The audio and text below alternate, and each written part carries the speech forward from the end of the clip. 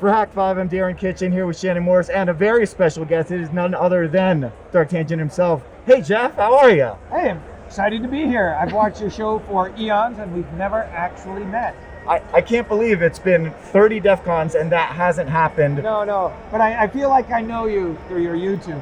But I definitely know Shannon. Yeah, we actually did a panel the other day. It was the Defcon 101 panel. Thank you so much for the kind introduction. And It was great to finally meet you in person. Yeah, it feels like, I think with COVID, I didn't realize when I got to Defcon, like a weight lifted off my shoulders. Yeah. That I didn't realize was there. And as soon as I got around like my people, Yes. it was like, wow, I didn't realize that personal contact Yes. is just, we are such social creatures. I had the same feeling. I'm definitely an extrovert. I know I'm the weirdo being here. I'm the extroverted one. But it was so interesting coming back to Defcon 30 after being away for such a long time.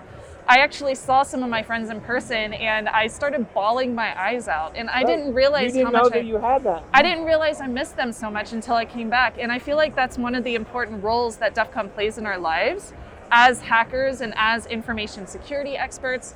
We're kind of more than a community in a sense. Yeah. Many of which came to my wedding. Like, we're a family. It's a weirdo family. It is a weirdo family. I think maybe that's a difference though between sort of the hacking culture and the InfoSec culture a Yes. little bit, where InfoSec sometimes can become kind of transactional career advancement. And with Defcon or with hacking conferences, it's a little less about career advancement and more about learning the thing, do the thing. I agree. And yeah. I think that's maybe a different mentality. Yeah, the getting into the scene early on, that was the one of the biggest draws for me. And I would love to hear your personal story on this. But the thing that I found as a kid on IRC in the 90s was that finally there was a place where I felt like I belonged. Yeah. And there's been this sense of community that even, now 20, 30 years into it, you really still have that kind of family feel of like, this is where your brothers and sisters are. Yeah. And I'm curious to hear from you, because I mean, obviously doing so much to shepherd the community, how that was like before there was a Defcon for you. Yeah, well, so in the lore of Defcon, there are all the hacking conferences before me. There's about 3 or 4. There's like SummerCon and HoHoCon and PumpCon was just starting basically the same year, and they're all invite only. And I was young and new, and I didn't have the invites. So when I did Defcon, I wanted to make it open, not closed. But that's the fork in the road. If you become open, you can't really turn people away. You have all people who are interested can attend. There's no like gatekeeping there. So you don't know who's going to show up, right? So you just got to try to set the tone and hope and people in those early days were so full of promise of what the internet could be, the utopian world it could build, that everybody wanted to figure it out, and they all showed up. 100 people one year, 200, 300, 600, and it took off. And I think early days, finding a home, like just resonated, because before then, we were these weirdo internet people. But then since we planted our flag early, there was a structure as new people came along to kind of find their tribe. And if you look at Defcon, you could be a hardware person, you could be a social engineering person. There's a million little communities in a community. Yeah, absolutely. So speaking of gatekeeping and accessibility, something that I noticed very early in the scene was that there was still that mindset of kind of like the bravado, the I'm elite and I'm not going to share with you, you noob. RTFM. And as I got to be honest, as a kid, I really wanted to go to some of the very early Defcons and trying to convince my mom, with the other phone freaks I hung out with and in Pound 2600 and stuff, and obviously couldn't go as like a 13-year-old. Right. But now you do see 13-year-olds on the floor. Yes. And you walk the conference and you see how accessible it is and how there are so many games and contests and villages that are like, hey, try this lockpick out or try, all of these different things out. Has that been part of the fabric, and was that part of the foundation of starting Defcon, going to your statement about how they were all previously invite only? Yeah. Right.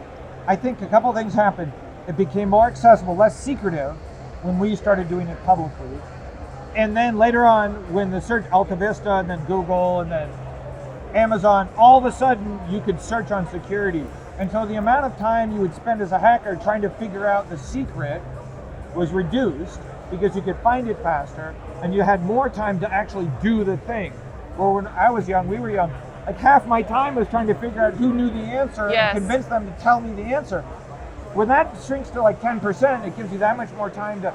So I'm a little jealous of the current generations where they can do the thing. Yeah, absolutely. Yeah. And they've got frameworks, you know, Yeah. and mentors, yeah. So, Mentors are so important in this industry and being able to get into, you know, hacker education, hacker research. One of the things I've noticed through the weekend interviewing with tons of different villages, which by the way, thank you for that opportunity, is how welcoming each of the villages is. Every single one that I talked to mentioned that even if you come in there and you've never done blue teaming, you've never done lock picking, whatever it might be, you can go in there and find somebody that you can talk to. yeah, they're so excited to find other people like them. Yeah. So I think the other difference is we really, starting about 10 years ago or 9 years ago, we really started to double down on, is Defcon a hacker? Because what was, in the early days, everything was a hacking conference. But then InfoSec grew, Yep. careers, we got jobs, all these fantastic opportunities. We could do this as a job, not a hobby. But naturally then, all the cons started to look like InfoSec cons. Yes. Because who's the sponsor? The product manufacturer, right? And so it just naturally had that gravity. But because we existed before there were sponsors or whatever, we had to figure out how to make a con that worked with none of that. And then later on, as the industry grew up, we didn't need to take the sponsor money because we'd already figured it out. So we fortunately had charted this path where we could stay more hacker, where less people could influence Right. us.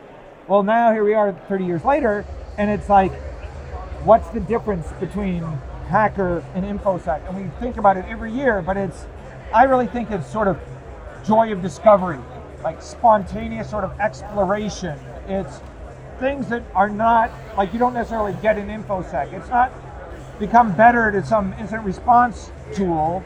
It's more like, oh my God, that's how satellites work? Yeah. Right? The company's not going to pay you to go learn how the satellite works, but you've got this innate curiosity that we're trying to feed.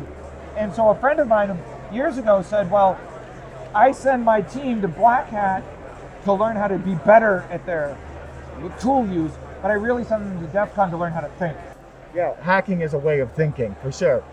What I'm really curious about is how, as our scene has matured into an industry, as hacking has become, evolved into InfoSec, how do we preserve the origins of InfoSec? I know that archive.org does good work. I know that text files, in fact, I even have text files from the BBS scene that I wrote, preserved sadly, poorly. What can we do as a community to ensure that as it continues to evolve, that the essence of the seeds that planted originally to start this stick around? It's a really good question because we're terrible at preserving our own history. Mm-hmm. And I noticed this on the hacking conference world. So Yeah. Mm-hmm. I started a project called Infocon.org and went and found every hacking conference I could find and preserved the videos. And I keep updating it. I know there's been a few books blowing up the phone, right? Or exploding the phone, I think it is. It's a good freak one. Yeah, on freaking, but there's not that many good books on the history. And I've heard that there's 2 or 3 that people are trying to write before they get too old and forget all the stories. So I really hope some of the old timers write that. I would love to contribute to anything anybody's writing out there if you want to talk to somebody about our early days. But if we don't do that, right, it'll be lost. Yeah. It's just so fun watching Hacker Jeopardy when they ask, like, this happened 30 years ago, and people, they either get it or they're completely lost. Yeah. And then you've got all of us going, oh my God, that was 30 years ago. And you're like, what? No. What happened? Terminator 2, 30 years ago. Oh. No. Oh. Going into Defcon 30, it's, for me, even coming back here after 3 years, it's a bit overwhelming. Do you feel like Defcon as in general has changed a whole lot, even given the past 3 years? Oh, definitely. Yeah, and I think it was, you know how in your own personal development there's different stages and you look back and you go, oh, that's when my perspective changed. Yeah. Around Defcon 3, people were coming up and telling me things that happened at the con that I didn't know about. And I was like, oh my God, it's bigger than I am. Yes, that's a...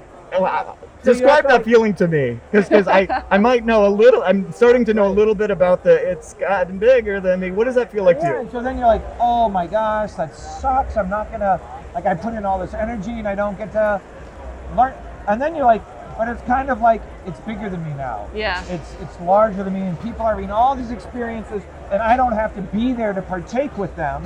When you noticed that, did you feel like you were giving up your baby? It was. Yeah. And it took me a couple years to really, because at first I was like, tell me everything that I missed. And then after a while, you're like, I'm okay. There's too much going on. Yeah. And then when you hear those stories secondhand, you're like, that's awesome. That people really did that in the shower, Okay then. Wait, what? Yeah. I haven't heard that story. And hopefully nothing involving quickset cement. No. We did have some cement in the toilet one year. Yeah. In fact, I really appreciate coming down the escalators this year. You see the big old placard for the Alexis Park. Yeah, Oh, right. We yes. had to go. So good. We originally were going to do a giant rug, and we figured somebody would roll it up and walk off with it. So They we probably made it would, yeah. decal on the floor. I've seen people steal sofas from some of the suite parties. Yeah. Yeah, that Well, happens. I really wanted to do this year a closing ceremony like a confetti cannon, but then you have to pay to clean it up. Oh, So yeah. I was trying to figure out how to make each piece of confetti collectible so the people would take it with them. Wait, so can we spoil it? Is that actually happening? No, but I wish we could have. Yeah. Maybe next year. So if I ever do a confetti cannon, I'm going to make each piece collectible so the attendees will clean it up. Yeah, it really has gotten so much larger, having come to, at least the last 10 years. And what are the kind of thought processes that go in your mind when you're thinking about, like, as the attendance rises and keeping the cohesive nature of it? Because I know we've gone from small little hotels to slightly larger hotels to multiple hotels. And now we have a whole convention center. That's crazy. So I think what's going on is DEFCON is always a reflection of the community, because we can't force the community, right? We can just sort of steer the super tanker or kind of try to direct the orchestra, but really they're doing what they want to do. So we try to set the tone, we try to set the example. We did this with our code of conduct. Yes. We did this with our transparency. Thank you for that. First conference to do a transparency report. And so the thinking there is we first create our code of conduct to create standards, and then we report, are we following them with to try to force us to follow our rules, and then hopefully other people like that, they imitate us, and then hopefully other people are helped. So every once in a while we do things to try to elevate the community or provide some direction. I don't say it's, what do they call it, something signaling, virtue signaling. No, But I don't either. Absolutely not. In fact, I'm glad you mentioned code of conduct policies, because I feel like a lot of other hacker conventions look to DEFCON to figure out what they should do in the future. And when you created that policy, many others created their own COCs. Right, it was okay for them to follow. It was okay, yeah. It was more comfortable for them. It became our standard operating It was a procedure standard. to ask for that for when we would sponsor conferences. It was like excellent, making a new excellent. protocol. Yeah. Yeah, no, when we wrote that, we had an eye for other people hopefully copying. Yeah. But so when you're being kind of pulled which way the community is going, people will lament, oh, it's not like it used to be, it's changed. It's like, yes, look around you. Look at the diversity. Look at how the workplace has changed. It's not just network engineers anymore. Right. Technology is in every industry, so therefore, people from every industry is going to be here. Sorry, but it's almost like you're a victim of your success. Yeah. You wanted people to understand what you're doing, It's true. and now they all do, and so now they're all here. Yeah. So- Straight up, I used to work in restaurants. I graduated in hospitality administration, so Yeah. I could run a convention, but I didn't know a thing about hacking before I came to DEFCON and started working with Hack5. Unlike the D'Artagnan, who obviously, aspired to create the nation's largest hacker Yes, of conference course. from day one. That was the tell me, plan. do you want to, other than the birthday story, do you want to give us kind of the little nugget of how this came to be for you? Well, so originally, like you, right, I was a phone freak, and then later a little bit of a hacker, but not, Woohoo! Red boxes. but not a great hacker. I was an okay hacker. And then what happened is You didn't get caught like Darren did? No, I never got caught. But I ran this bulletin board, and I was the U.S. hub for like 12 different hacking networks on FIDO network. It wasn't on FIDO, but FIDO compatible network. And when one of those networks was going away, Platinum Net, we were going to throw a going away party. But he was a Canadian network, but all the users were mostly in America. So he's like, let's throw a party, but we got to do it in America because that's where everybody is. And I said, okay, great. Well, where can we do it? Maybe Las Vegas. And then all of a sudden, his dad took a new job, he disappeared, and I've never heard from him since. But I'd already had like 1 foot in, I'm throwing a, so I was like, well, if we're doing this, I'm going to invite everybody, not just that network. I'm going to invite everybody on IRC, Pound Hack, Pound Freak. That's what I was, Pound Freak. Yeah. On Downnet, FNet? FNet, yeah. Oh, and then I was Downnet. like, on Usenet, I was sending faxes to everybody. I mean, I was like spamming everybody that I could for free. And it just turned into this party, right? And you quickly realize, like, I didn't really sign up to become a conference organizer, but you have to learn how to do it. And so I went looking for books on, well, how do you do this? There are no books on this. So you have to learn as you play the game. And so it's like kind of a little bit like hacking, like the way you order things optimizes the cost, the way you do ship things it's the same kind of puzzle mentality. Yeah. It's very logical. Yeah. When we first started getting into e-commerce, I look at like all of the regulations and all of the hoops that we have to jump through for EAR and everything else, and I'm like, ooh, a complex system. I get to understand this and find the optimal way to approach this problem. Yeah. And that's like hacking isn't just like Unix systems. It's a mindset, and I love hacking logistics. And when you're paying with a credit card, and they're like, oh, you got to sign. And I'm like, oh yeah, they're going for the extra 0.1% discount for the extra in-person. Like you can see their process. It's true. Yeah. And then when they don't, you're like, wow, they must be making so much money. They're not trying to max out their, Visa, whatever, interchange fee. Yeah, it's really fascinating. Mm-hmm. That hacker mentality is kind of what we try to teach. And as the community has grown and there's been more people, you can't just get into a room and meet everyone. So it's been a big challenge over the years is how do you help people find their tribe? Yeah. And when the original villages were Wi-Fi village and hardware hacking, but now we have 30. Yeah. I mean, the conference is the villages make the conference. You've got the tracks, but because you put the talks online, you can actually go and enjoy not having the fear of missing out on the talks. It's wonderful, and it's kind of like going to Burning Man and realizing no, this is actually like a bunch of nerds descending on somewhere, and they're making this. How does that feel when it's like delegated like that? Yeah, so what we do is instead of villages and contests and events and now we're just thinking of them as creators. These are the people creating the content that people want to see. It might be a 2-day contest, it might be a 1-day village, it might be something, but they're the creative energy and we have about 1,000 of them it takes to put on a Defcon, right? About 1,000 creators to make this, and about 500 goons to help act as the oil. And so it's about 1,500 people to make this kind of experience. And so we spend a lot of time trying to figure out how do you take 20-something, 30,000 people, and then you're like, okay, hardware. Okay, hardware hacking village, voting machine. And next thing you know, you're sitting down with 10 people with the same interest. And you're like, oh, that was really cool. I met some. Oh, okay, locks, high security locks. Next, now you're at a table with those people. And we just spend a lot of time giving off-ramps. So even though there's a huge mass, how can you find your people? Yeah. And we think about that a lot. It might not be visible to anybody, but that's our secret social engineering strategy. Yeah. So Jeff, as the guy behind the convention, what is one tip that you would give to somebody who's coming from a completely different background and wants to go to Defcon just to see what it's like? Yeah, the number one thing is you go up to somebody and say, I don't understand what this is, can you explain it to me? And people are so excited that you care about the thing that they care about, and they just want to share their passion with you.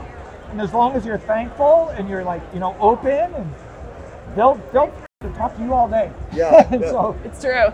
Now that we're on Defcon 30, I feel like it's so exciting. It's so good to be back. And congratulations on 30 years going strong too. Yeah. Where do you want to see Defcon going from here? I feel like there's just onwards and upwards. Also, by the way, Caesar's Forum should have asked you before building this place about adding on a second floor that we have twice as many ballrooms. When we were about to sign the agreement to move here from Paris Bally's, they showed us the plans. It originally had 2 floors. Really? It was originally designed to have 2 floors. I freaking knew it. They should have done it. It was. And then, remember, they've been bought so many times. They're in the process of being bought by another group. Yeah. And they tried to shave all their costs, and they decided, 1 floor. Man. Well, now they kind of wish they had 2 floors. Do you ever feel like we're going to end up at the LVCC? No, I don't want to go there. Please do not. No, but there are other. CES is there. It's terrible. No, well, so the thing about that is there are places that are bigger, but we need air walls. Yes. We need to divide, and those giant convention centers have no air walls. Yeah. So you could literally go broke trying to put those spacer walls in. So we are stuck in only a certain time. Yeah. So true. So does that mean that as Defcon grows, it hits a capacity, or what? Do you think? Does that keep you up at night, thinking at some point that it has to be fragmented? Not well, like to say it's not already with all your DC insert area code here, NPA here. Yeah. So we have the Flamingo, we have the Link, and Harrah's, and so we try to localize things like all the workshops are at one location. So I could see if we really had to keep growing, we'd add another property. Yeah. You know. I would hate to have people walk across the street to Caesars, but if you did go to Caesar's Palace, that's another giant place. Yeah. Right. So I think Vegas can provide. I just don't want people to walk any more than they have to. And I really love this street of food behind here. Right? You can get out here and have an In-N-Out burger, and it feels great. like home. What's your step count for the weekend? Yeah, well, funny you mentioned that. I turned off all the Wi-Fi and Bluetooth on my phone. Wait, why would you do that, Jeff? Don't turn off the Wi-Fi. I think there's something like some Bluetooth ducky and a Wi-Fi ducky rabbit. Pineapple. We have all the animals. Squirrel We have coconut. a zoo. Squirrel coconut watch. Have you heard about the zoo? We have a petting zoo. Do you? Yeah, when can we bring all the animals for the petting zoo, Jeff? Yeah, so instead, I won't know. I'll turn on my phone and everything. I'll sync it and I'll be like, oh, that's what I did over there. Well, if it's I anything like blame me, you. it's probably about 10 miles. Yeah, per day. Yeah, it's So when do you pretty start crazy. planning for DEFCON 30 Wonderful? About a month. Yeah. About a month Ooh. actually. And then around the first of the year, we start announcing all our call. And then it really starts picking up around February. But for us in the back end, about a month from now. For the rest of the community, probably 6 months from now. So I really got to know, where do you go in September to recharge? Well, after this, I'm going to Singapore. Ooh. Yeah, so that'll be nice. I hope it's on vacation and not work. No, I've been living there. I got trapped there for COVID.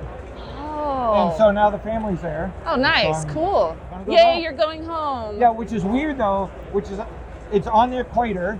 Yeah. So you wear the same clothes every day. The sun sets and rises about the same time every day. Like nothing changes. Oh, and it's also like a cyberpunk novella at night. It's crazy. Right, all the light and everything. And so then I come back here and I'm like, I'm the northwest of Seattle where I'm from, and it's like, I can wear a jacket. Oh, I have got clothing options. And so that sameness there, and then you come back and you're like, you have all this variety. It's just, one other thing I want to mention about 30 this year is that, and I don't know about you guys, but I thought I kind of had it under control emotionally. And, you know, we had DEFCON 29 last year, and that was pretty good. Felt really good to see everybody last year. But I was on the escalator coming down, and I saw everybody. And I saw how much energy and how much positivity. And all of a sudden, it felt like this invisible weight was lifted on my shoulders. It was a weight I didn't know I had. Yeah, yep. And then I got down and I was around people, and I was like, oh, wow. Like, how did I survive before? You know, I didn't realize that there's like, the colors had been turned down, and I didn't realize it. Now that I've been around everybody, it's like really energizing. I don't know, maybe it's just because I've been so far away in another country, but whatever it was, it just, awesome. Yeah. Aww. Well, we're just honored that that our community is still here, and that it's so strong, and it's such a great I think it's feeling. stronger than ever. Yeah. Which is for sure. amazing. Every year we did DEFCON, we were like, okay, that's it. That's as many people in the world that are willing to get on an airplane and come to Las Vegas. There's more conferences than ever. Yes. There's more hacking things than ever. At some point we max out. And even with 1,000 B-sides and other events and InfoSec, still keeps growing, which just tells you there's this insatiable thirst and demand. And I'm sure, And it's not just the demand for the talks in the villages. If you look around, it's the people. Yes. That's what makes It's it the for people. me. I'm sure you've seen it probably with your YouTube channel, like just more and more viewers. As people are just It's crazy. They want to know. Yeah. When I first started on this channel, I never would have thought we would have Like grown how large as much. you know? You're in the millions, right? We're almost to 1 million. We're at over 800,000 now. It's weird too, because it's the longest running show on YouTube, technically. It's crazy. But also still not just shy of 1 million subscribers. We're niche. It's like, That's okay though. We're gross. niche. It's authentic. Yeah, but you're 1 million. I think DEFCON, we got our 100,000 subscriber little award. I think we're around maybe almost 200, right? I mean, All right, everybody go subscribe to Defcon. Go And subscribe, also, I really got to know what, again, is that website, as it's like so important to preserve our culture. Yeah, Infocon.org. And in the community, this is so awesome. A guy sees Infocon.org and says, that's amazing. And he creates InfoconDB.org. He takes all my data and he created an inverse database of all the speakers and their bios. And so you can do a reverse lookup. That's so smart. You can do a reverse lookup, and you can say Dan Kaminsky, Blackout 2070, and it links to the video on Yes. Infocon. And now, I mean, it's just An IMDb for hackers. awesome. And it's like, So cool. he did that for years, and we'd never met each other, and we ran into each other. And he's like, oh, I'm the Infocon DB guy. It's like, awesome, why are you doing that? It's like, oh, I wanted a project. And he wanted to learn all the scripting language, and he figured he could learn how to do it by doing this new project. That's a great way to do it. Because we can is the best way to hack. Yeah, right. So there's more content than ever. There's more community than ever. All you got to do is have the courage to come out. Yep. And where can people find out more if they want to join, if they want to go to DEF CON in the future? So defcon.org, obviously. And we have a pretty good community on Reddit. A lot of supportive people. We got our DEF CON forums. Yep. There's a Discord. Discord, for the people who can't make it here, we really try to support the community year round with the Discord.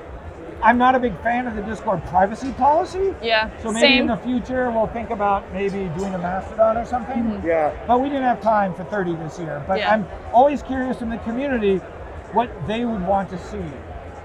So, Yeah, well, I miss IRC and Usenet, but then again. yeah. I haven't been on IRC in forever, so I don't know if it's I just saw the meltdown of, what was it, Undernet, or one of them? Oh. Downnet dropped, Undernet's gone. I mean, like, what's, I'm blanking on the one you're talking about. But they had someone's yelling at the video right now. They had the weird takeover, split. It just seemed like we're not happy in IRC land for a while. Which is weird, because I heard once there was drama on IRC. No, never. Oh, yeah. No. Which is great that you've been able to create a conference that over 30 years has also never had that. No drama, no hotel damage, nothing, no hijinks. No, nothing at all. Yeah, this year. That never happens here. Yeah. I'm sure your insurance premiums are wonderful too. There's somebody who every year counterfeits the badges. Yep. And at first we were very upset, and then we're like, your counterfeits are so good, you should give a talk on how you create the counterfeit, right? Teach us. Yes. It's like, This well, is cool. I melt the record in the oven to a certain temperature, and then I peel off the thing, and that gives a shiny reflection to make it look like a hologram. I'm like, how did you figure that out? So there's like a whole nother aspect of physical security and tamper evidence that you didn't even know existed until the guy's telling you about melting the record. And it's just so cool that you can spontaneously learn that stuff. Yeah, I can't imagine any of us thought 20 years ago that there would be a car hacking village or a voting machine hacking village. And as this continues to grow for the next 30 years, I can't even what can you even imagine for DEF CON 60? I mean, I know there's going to be some weird network, satellite, orbital, data center, cloud hacking. I mean, there's just underseas probe, something or other. We're going to be like hacking our holograms. Well, as soon as we're all in this AR, VR, it's all going to be about how to make prompts pop up for stuff that's not supposed to pop up. 100%. It's going to be like how to create weird paths for people so you can sort of like go through the Alice in Wonderland doorway in AR and have an experience right next to somebody that's not having that experience. Yeah. It's going to be, I'm really looking for the AR world. I don't really care for VR. Mm-hmm. Yeah. Well, we'll be here next year with our Google Glass on, hopefully making that happen. Right. I'll bring my glass, yeah. Well, no, I won't, I promise. Newton. Yeah. Thank you so much. Yes, thank you so much for joining us today. I really appreciate you being here, and thank you for making this convention a thing. Thanks for having me an excuse to meet Jen. Thanks for making such a place where all hackers belong. We hope to see you guys next year, if not online. Yes. We love you. Take care. Trust your Technolust. Yes, all Technolust.